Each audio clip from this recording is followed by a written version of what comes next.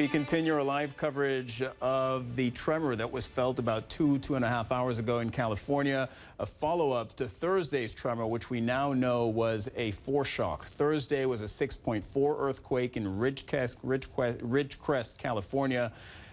Friday saw a 7.1 earthquake. That is 5 times bigger than what we saw on Thursday. We're getting all reactions from our teams on the ground, from Sarah Seidner in Los Angeles, from our meteorologists, as you just saw.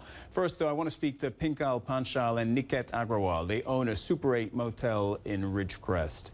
Thank you for joining us. What did you experience? Can you describe the moment for us? I was checking a customer in, and I was at the front desk, and we had this little shake at 8:05 first. So we stepped out, we went back in, and right after that, what we saw was massive. I mean, it was the first time I experienced something. I felt like the whole building was going to collapse. We just ran out on the road. I could hear those sounds of earthquake, the rattling, shaking. The whole building was like shaking to a point I felt that the whole roof was going to fall down.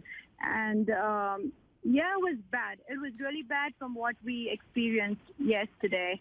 I just started crying. I just felt whether we are going to survive this or no. And then, like, every moment I was feeling, that's it, stop, like, just stop. And then we just rushed to the Super 8 sign.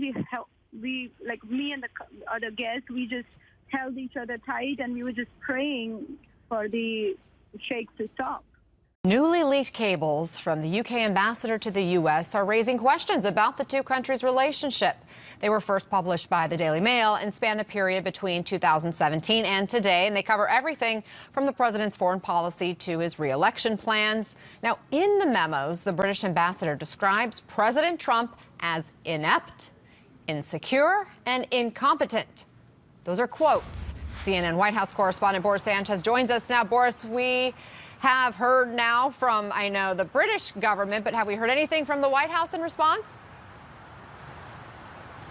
Anna, no comment yet from the White House on these leaked communications to the Daily Mail coming from the UK's top diplomat to the United States. Really an eye-opening perspective on the way that the ambassador views President Trump in this White House. In these communications, he calls the White House dysfunctional. He suggests that President Trump, as you said, is inept. He says that his presidency could potentially crash and burn. He also questions President Trump's perspective on a potential military conflict with Iran, his close relationships with Russians. This really is surprising. As you know, Anna, President Trump is not someone who enjoys criticism. We're expecting a scathing response from him at some point, but he has yet to tweet anything out. This really comes at an awkward time, too, for the relationship between the U.S. and the U.K., considering that President Trump was in the U.K. just a few weeks ago, receiving all the pomp and circumstance that comes with a state visit, even joking that the Queen had a great time with him. So the question as to how President Trump is going to approach a response and whether this could portend to the relationship between the U.S. and the U.K. in a damaging way, that's yet to be seen, Anna. Now, what's the word from the UK government? Right. Their Foreign and Commonwealth Office put out a statement a short while ago. They're essentially not rebuking what the Daily Mail says, but saying that the ambassador is doing his job. They write, quote, "The British public would expect our ambassadors to provide ministers with an honest, unvarnished assessment of the politics in their country.